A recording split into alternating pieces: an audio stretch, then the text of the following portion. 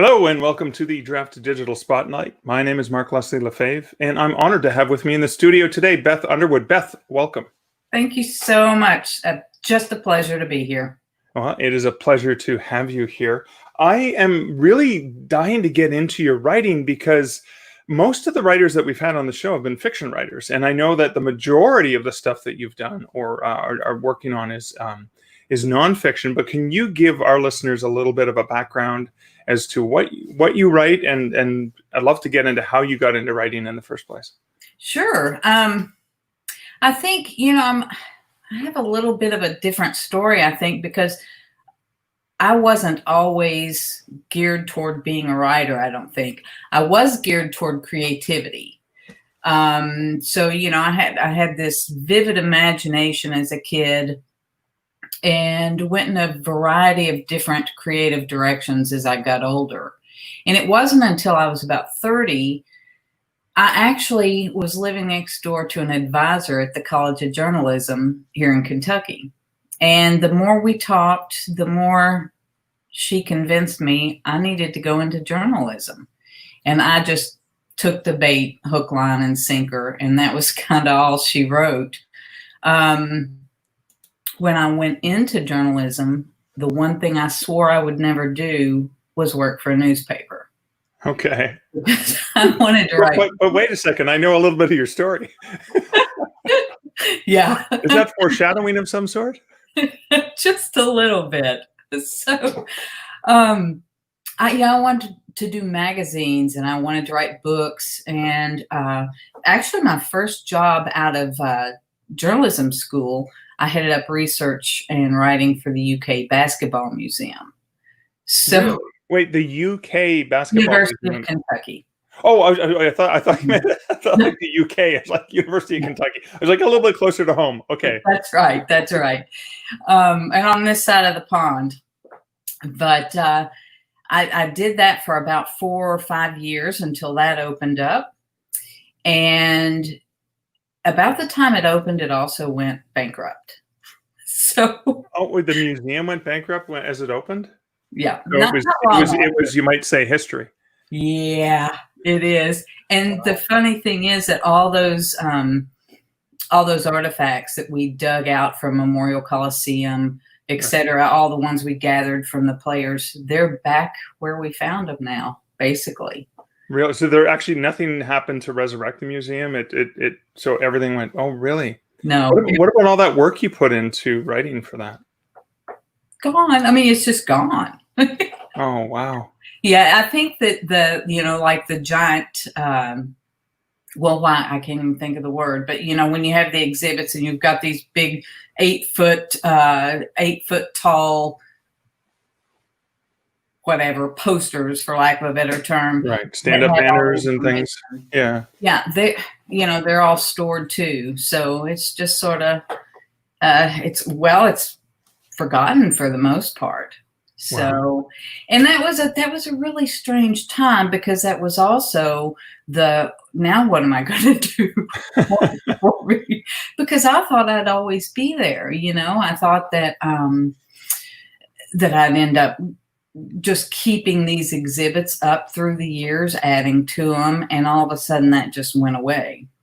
So that's when I started working primarily for newspapers. Okay. And just sort of got sucked into it. Did it start with college papers or were they local? What were you working on then? Well, actually, when I was still in journalism school, I worked for the Lexington Herald Leader, which was it's the only big paper here in Lexington, Kentucky. Okay. So I worked there. And then as I came out, I ended up going to Frankfurt, which is our state capital. Worked for the state. Not Frankfurt, Germany, where the big book fair is. Why is my head across the pond? It couldn't be that exciting, right? So we're still on this side of the pond. But my writing took me to Florida, and I worked at a weekly there for several years. Okay. And then moved back to Tennessee, worked there for a while. And that was when I started sort of venturing into the I've got to start writing books mode. And it just so happened that there was a National Guard unit just a couple miles out of town, and they had been deployed. I moved to the town in November, and just before I arrived, they had all deployed. So the newspaper sent me to follow the Veterans Day program on the square. And it was one of those places where there's literally a town square, you know? Yeah. And as I was standing there, there were two ladies who got up, and both of them were mothers of Marines, and both of their sons had been killed just within the past few months. So you can, as I was standing on this square, you can feel the tension from all of these parents and brothers and sisters and aunts and uncles, because basically the entire community was now in Iraq. So I think it was a turning point really for me. And at that point I just said, there's a book here, and started following it, and one thing led to another. And so that's kind of how I made my journey into book writing. And what was that book? That book is Gravity. Gravity. Okay. Yeah. And that came out what year? 2015. Okay. And was that a book you published with a publisher? Did you do it independently? How did that come out? That was a small press out of Pennsylvania, Red Engine Press. So, and I look back now, and I knew nothing. I was just like a sitting duck waiting for anything. All I knew was I had to get it out there. And the interesting thing looking back is that I really, indie publishing was already coming on. Already, there were many people that were well versed in it at that point. Right. And so that was something that I did very seriously consider. Right. But there was something about having been over here in the journalism world, I think, and getting to know these big publishers along the way, that there was a lot of vanity involved. I hate to say it, but there was. Right. And there was something within me that just thought, you can't be taken seriously this way. You have to have a publisher. Really? Okay. Looking back, I would have done it completely opposite, but that's a different discussion. Well, I mean, that was also a point where you saw a story that needed to be shared, and you felt strongly about that, and you focused on the writing of it and let somebody else handle the publishing of it, basically. Mm-hmm. Yeah, which is actually, it's not a bad way to get into the industry, because that's usually the dream for most people, that they're going to write something and someone else is going to just publish it for them. So you had that. Was that did that just happen immediately? You had the idea, you wrote it, and it just went? Well, there were about 10 years in between. Okay, so there was queries and all of the things that come with traditional publishing. Well, the actual contract came pretty quick. Okay. It was the actual getting the book, writing the book that took forever, and fighting, fighting my own demons that got in the way. First book always takes the longest, doesn't it? Oh my goodness. It's just, thank goodness they all don't take that long. That's true.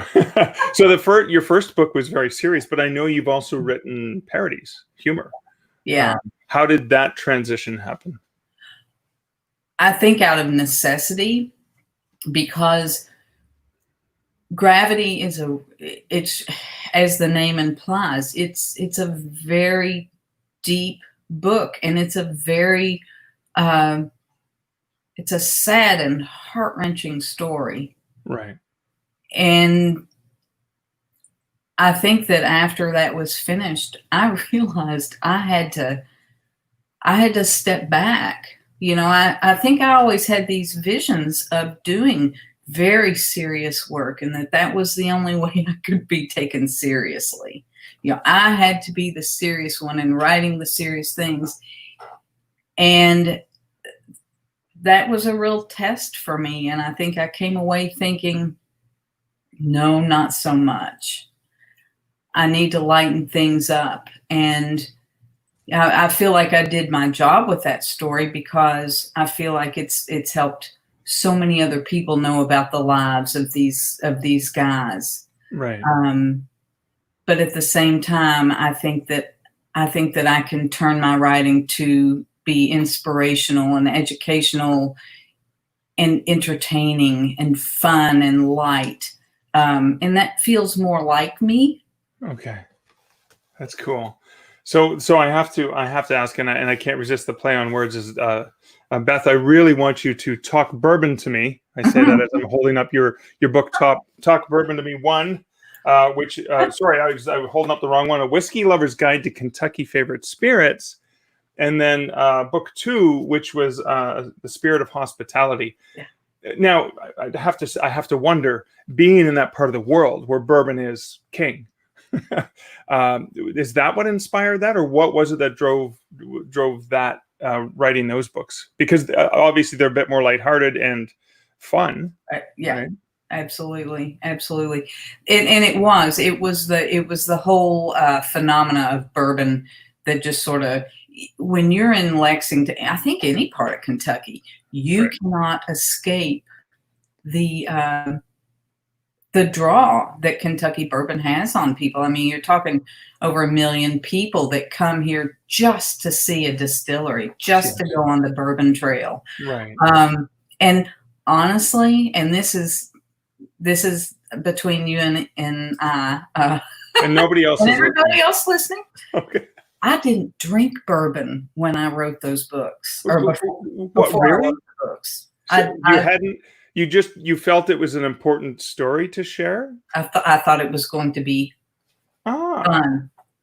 So, and because again, if I'm looking at the chat, so I'm looking at Talk Bourbon to Me number 1, and it's on yeast, on hogshead, on rye, malt, distilling. Like, you really get into the mechanics. Now, I haven't had the pleasure of rating them while sipping a nice bourbon, but you learned a lot about bourbon, and is that when you tried?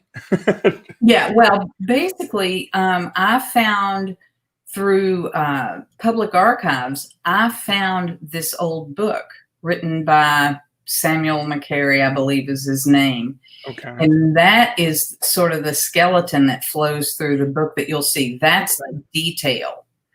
And my idea was to take something that this guy had written in 1800, like it was 1808, I believe, to take that and then bring it into the 21st century. Okay. And really dig in and just find out what's the fun, what is it that people are going for here, what's the allure. And of course that meant going to distilleries, which of course meant drinking bourbon. So not a bad day's work. Okay. Not a bad day's work. Yeah, no kidding. So did they come out back to back, books 1 and 2 in that series? Book 1 was 2016, and then book 2 was late 2018. Okay. Mm-hmm. I am curious to know what surprised you about bourbon, about the history, about the culture of bourbon. Were there any things that surprised you as you were doing the research for putting these together?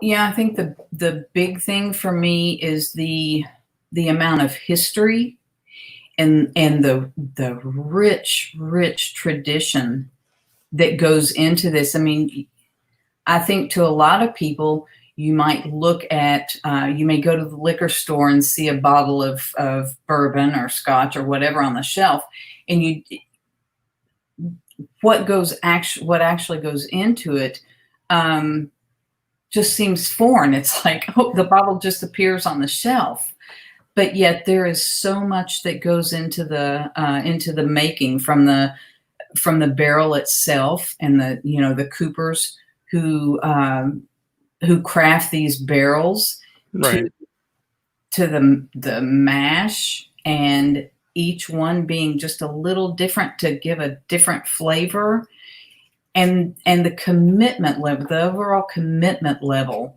of every person in every distillery, from the tour guide to the master distiller to the bottlers, they carry a real love for their craft and for what they're doing. And although the process is typically the same, it's generally the same process no matter what distillery you go to. Right. Every distillery has their own story. Every distillery has a very unique take on what they're producing. And to see that in many instances, that tradition is, generations old at this point.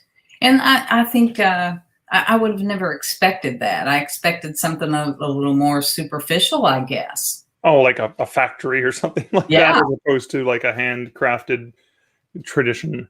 So I don't know much about bourbon, but I know that in certain wine regions, there's different styles.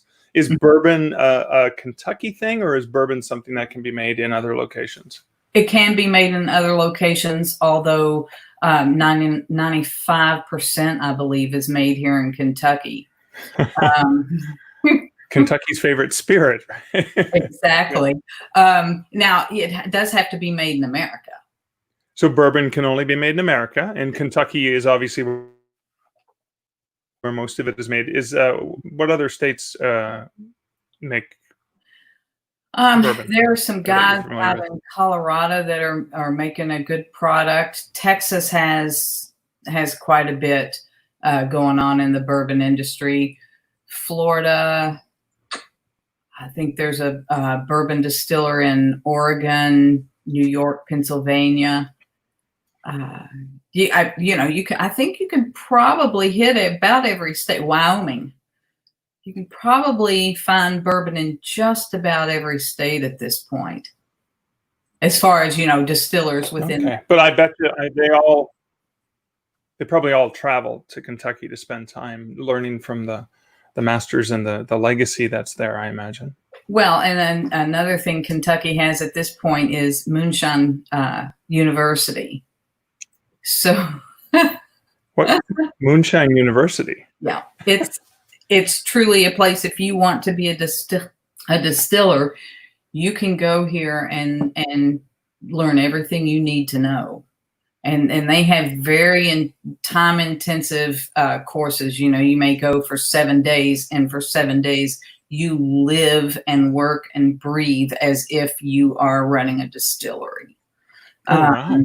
They also have courses for, like, I took one to become an executive bourbon steward, which was an all-day course. And they have some shorter ones that you can do depending on what you want to, what level you want to be. But yeah, at this point, you can learn anything you want to about opening a distillery. You just got to have the cash. That's fantastic. Now I want to move from one cool liquid to another liquid. One of your other books is called "A Bad Case of Carbonation." It's a collection of parodies. Tell us about that. Oh, God love my family. At some point, probably when I was in Florida, I've long loved Erma Bombeck. I just couldn't get enough of her columns when I was growing up. And she was always such a huge inspiration to me. And I think it was when I was in Florida, it was the first time I started writing a weekly column. And I had so much fun just talking about, at the time, my youngest was, I think he was 2 or 3. And I had so much fun just starting to talk about my family and all the just crazy things that went on, And over the years, I just sort of kept at it. And when I moved to Tennessee, I wrote there.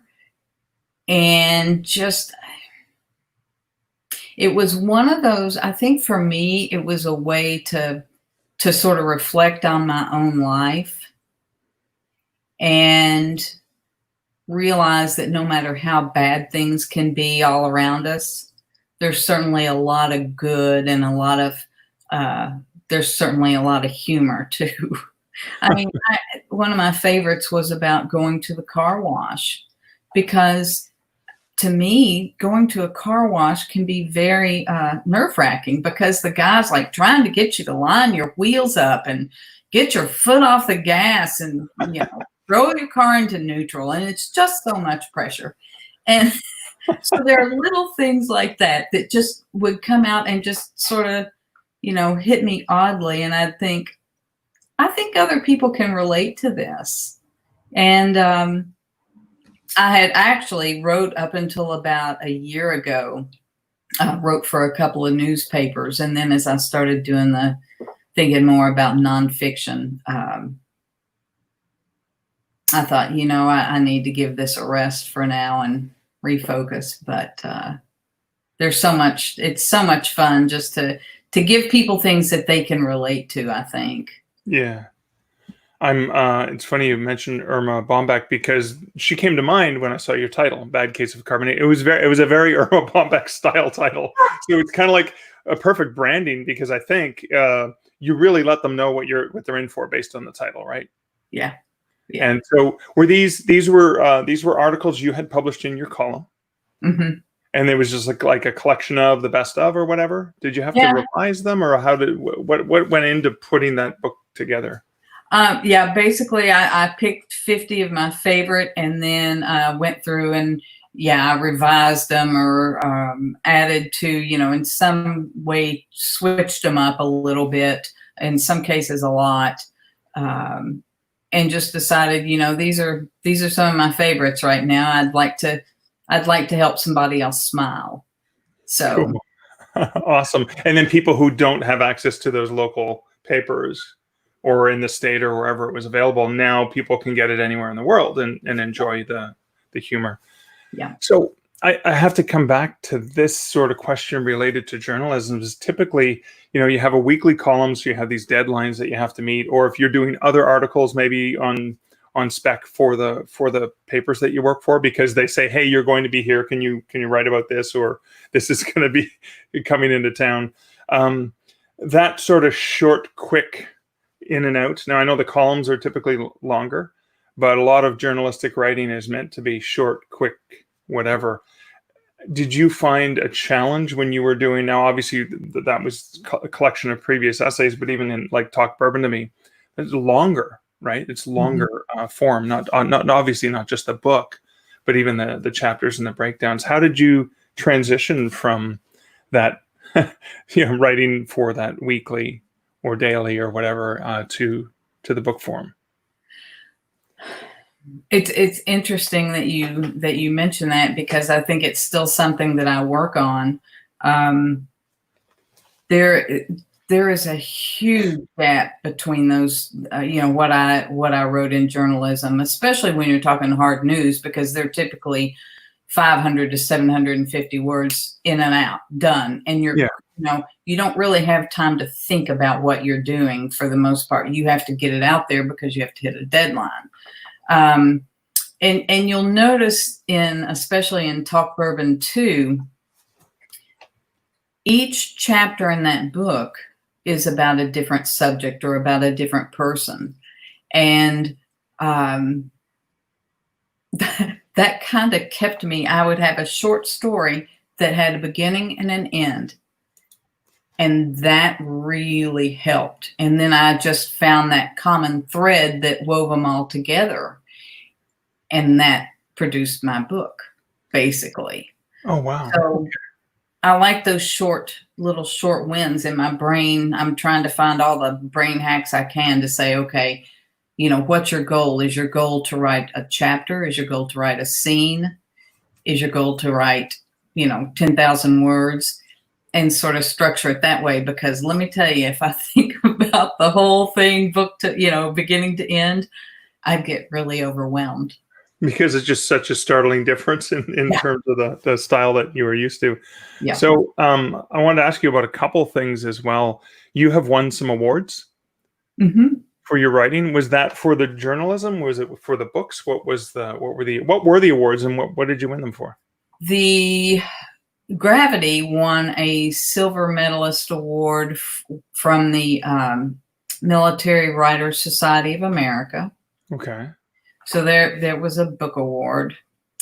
Oddly enough, I won a fiction award from Military Writers Society for a short, I believe it was either 1,000 or 1,200 word piece that I did that won People's Choice Award in 2010. Okay. It was a quickie, you know. Yeah, yeah. And then I've won several several awards for my columns, for the humor columns. And I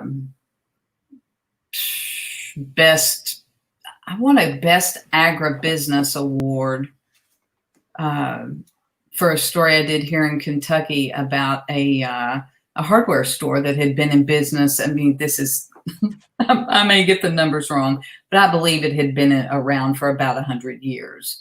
And because of the big, the Walmarts and Home Depots and Lowe's, they were being forced out of business. And I can still remember, although this was, you know, almost 20 years ago, probably at this point, I can still remember sitting at that picnic table with that guy who was going out of business. And the way I ended it was he just looked at me and said, I don't know what's next. Maybe I'll go apply at Home Depot. Oh. And whew, so that one sticks out. And there were several other along the way for hard news, although I hated hard news. I hated it. What was it? Features. The deadlines or the content? What did you hate about that? Oh, I hated the content. I mentioned that I'd worked at Lexington Herald Leader, and I was actually on an internship there. And the very first assignment I had sent me to cover a plane crash. Oh. And at the time we sat on our phones and started calling these contacts that people could find. And every time I picked up that phone, I prayed, oh God, don't let anybody answer. Because I'd never done anything like that before. Right. And if memory serves, nobody answered. So I was quite relieved. Although I've done a couple of really good, hard-hitting, hard news stories that I'm super proud of.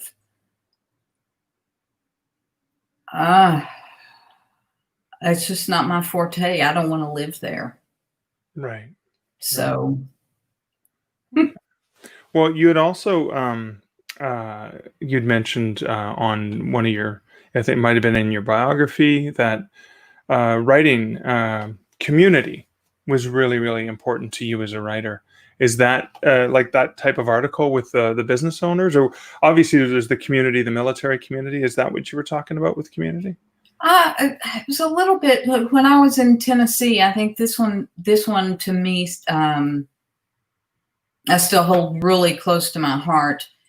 When I was in Tennessee, in this town I was talking about, the population in the town was probably about 5,000 to 6,000 people. Okay. So you got to know everybody. You knew everybody's name. Of course, everybody knew your business. But don't I know it growing up in a small town? Yeah, exactly. You know, you take one small town and you've seen them all in many ways. But when I was in that town, I had the privilege of working on their 200th anniversary, and I produced a couple of special sections. And I think that this is probably what solidifies it for me.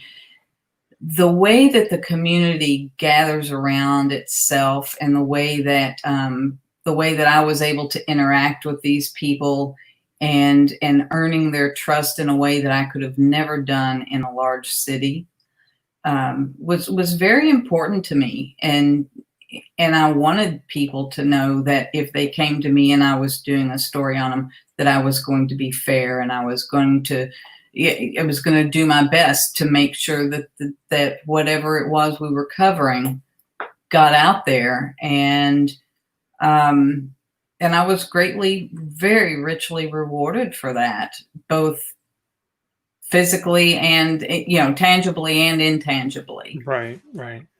Wow, cool. Now, the last sort of area of questions that I wanted to start to explore was related to the fact that you've been transitioning more into fiction writing lately.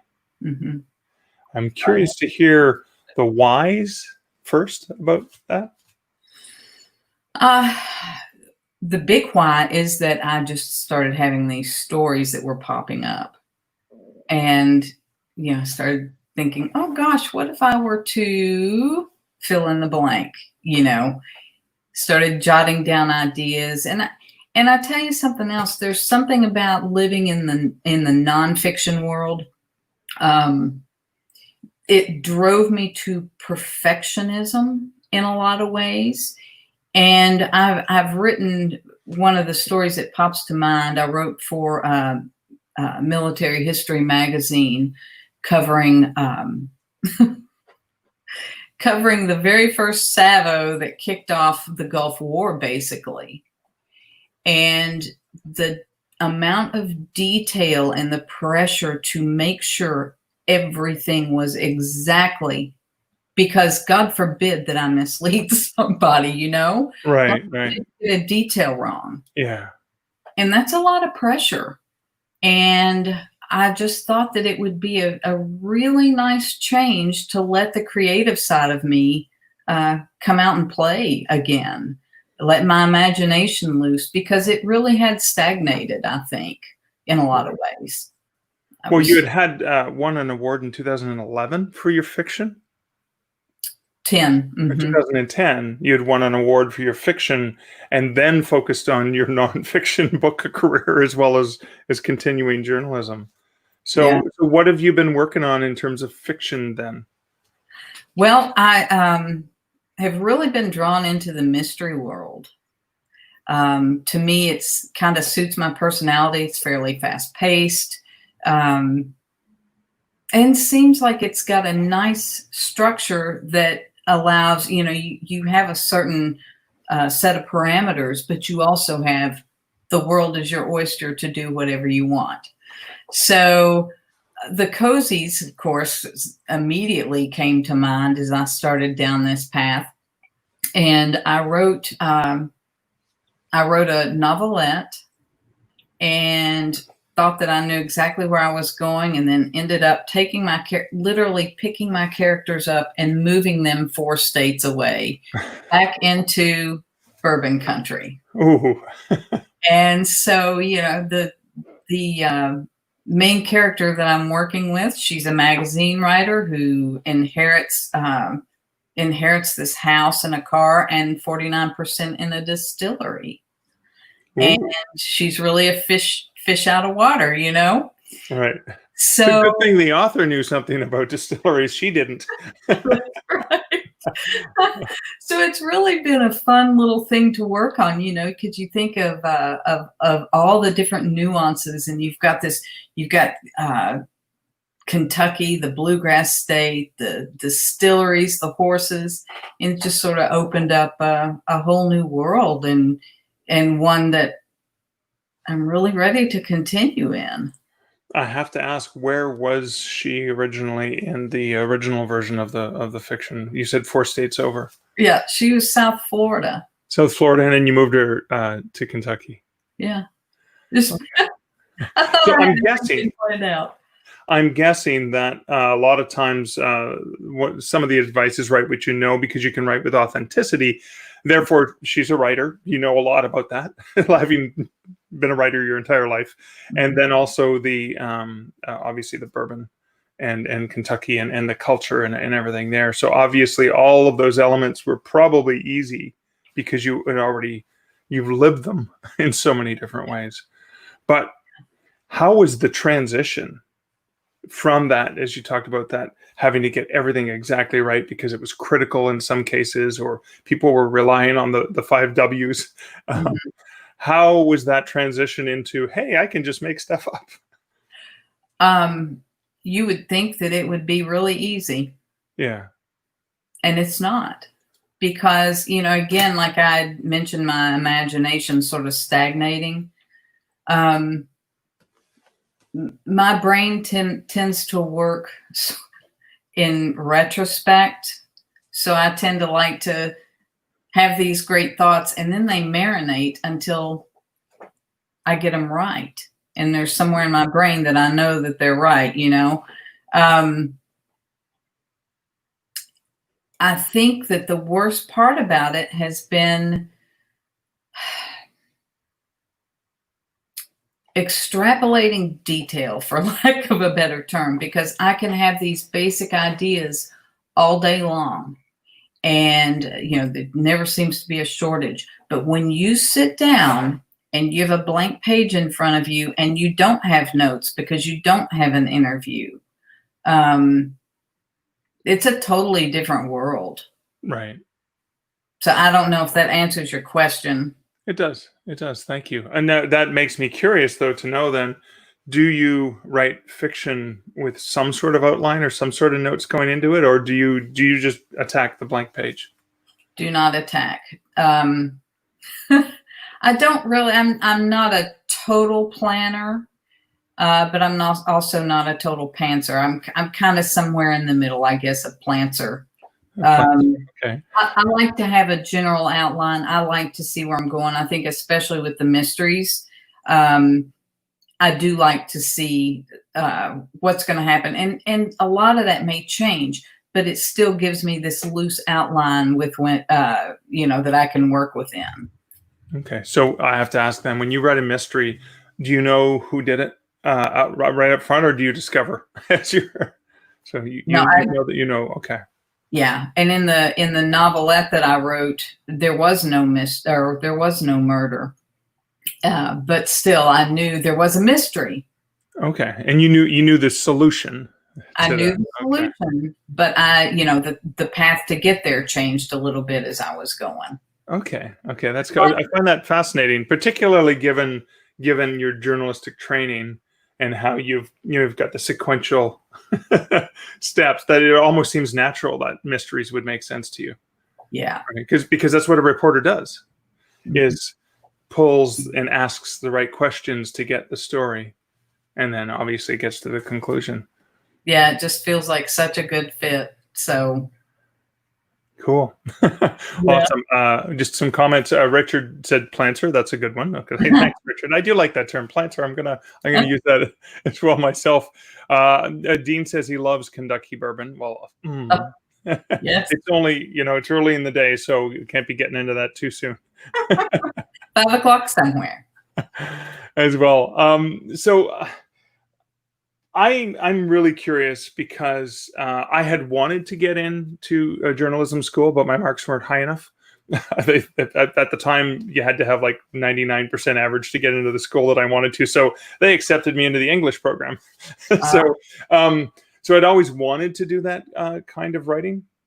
So I'm curious to know what advice you would have for writers in general, whether they write fiction or nonfiction, but things that would be good for writers to know from your experience as a journalist and writing journalistic articles. What are some of the things that you think writers can benefit from that you have already taken with you from that world? Well, I think first, if you're speaking from the world of journalism, not, let's just put fiction or non-narrative nonfiction over to the side. But from a journalistic standpoint, I think the biggie, especially these days, is that there's just so much opinion journalism out there. And if you really want to do your job as a journalist, you have to find a way to divorce yourself. And nobody will ever be able to do it. Right.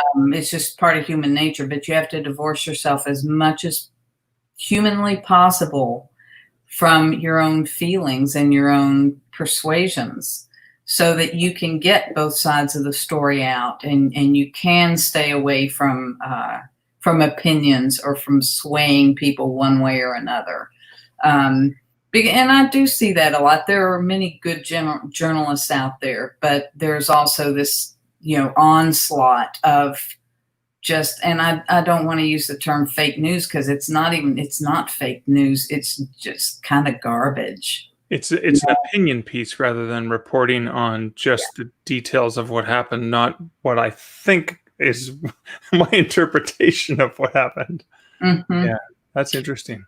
So I think that for anybody that was considering journalism, those are the questions you ask yourself. Can you do that? Right. Because if you can't, you really owe it to the community that you're in, the world at large, to not go that route. You know, Yeah. You just have to be honest with yourself about it, I think, and really be able to say either I can do it or I can't do it, and stick to it. And it's hard. It can be very difficult to be objective, or as objective as possible. As far as fiction, gosh, or even narrative nonfiction, because Gravity reads like it's fiction. Right.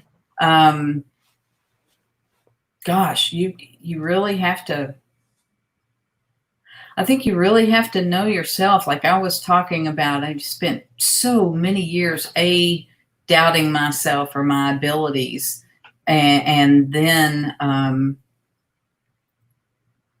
not know. I think that I expected myself to know it all, to know as much as I could, and I didn't. So in the past, I would consider the past 4 years probably my real jump into the indie author world.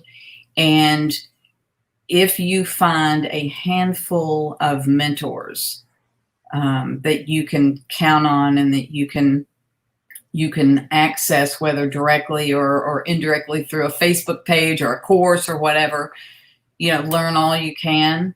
And but also, before you learn all you can, know who you are as a writer, and really search your soul and be honest with yourself about what you want to do and what mark you want to leave in the world. Because I can't remember the numbers. You probably know the number of books published every single year.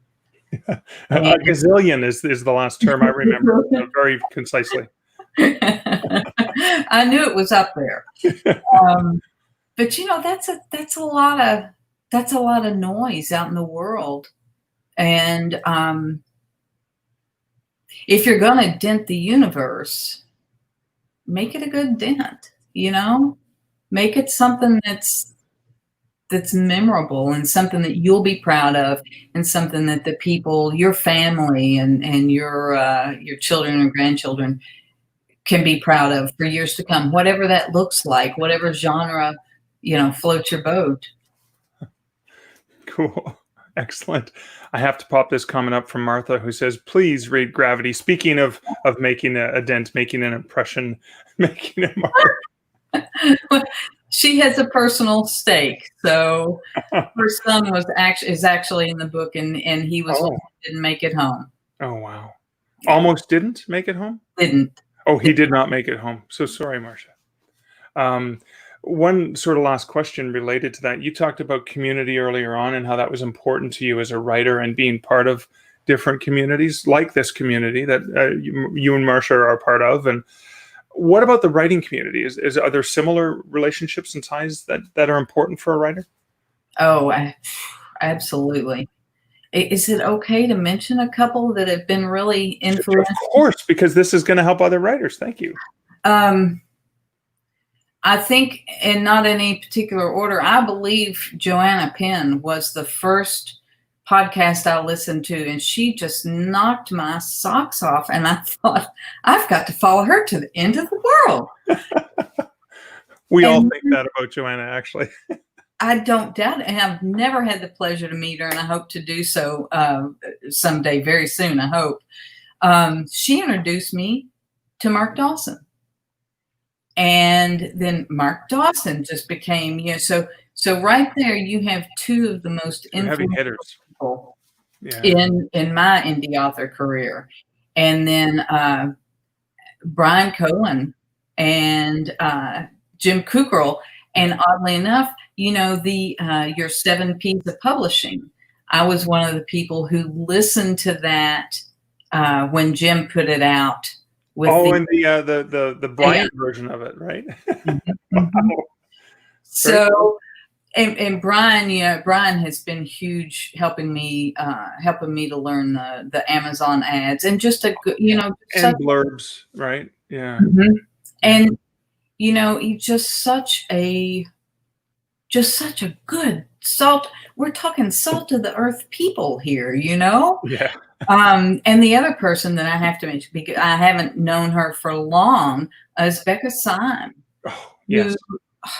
I mean, that girl is changing my writing life. She's changing my life just in helping me get to know me. And it's such an honor to be with all these people and be learning from them. I can't say enough. You just find those people, and stay. You'll get there. You'll get there if you just surround yourself with the people and believe in yourself, I think. Awesome. Awesome. Well, I want to thank you so much and ask, where can people find Beth Underwood? The website is, I think it's on the screen. It's BethUnderwoodBooks.com. Yeah. And also, if you're kind of in the bourbon, want to go the bourbon route, look on Facebook. I'm just at Talk Bourbon. Talk Bourbon. Perfect. Mhm. Perfect branding for that. Beth, Yeah. Beth, thank you so much for spending the time hanging out with me today. It was an honor having you on this broadcast. I have just had a blast. Thank you so much.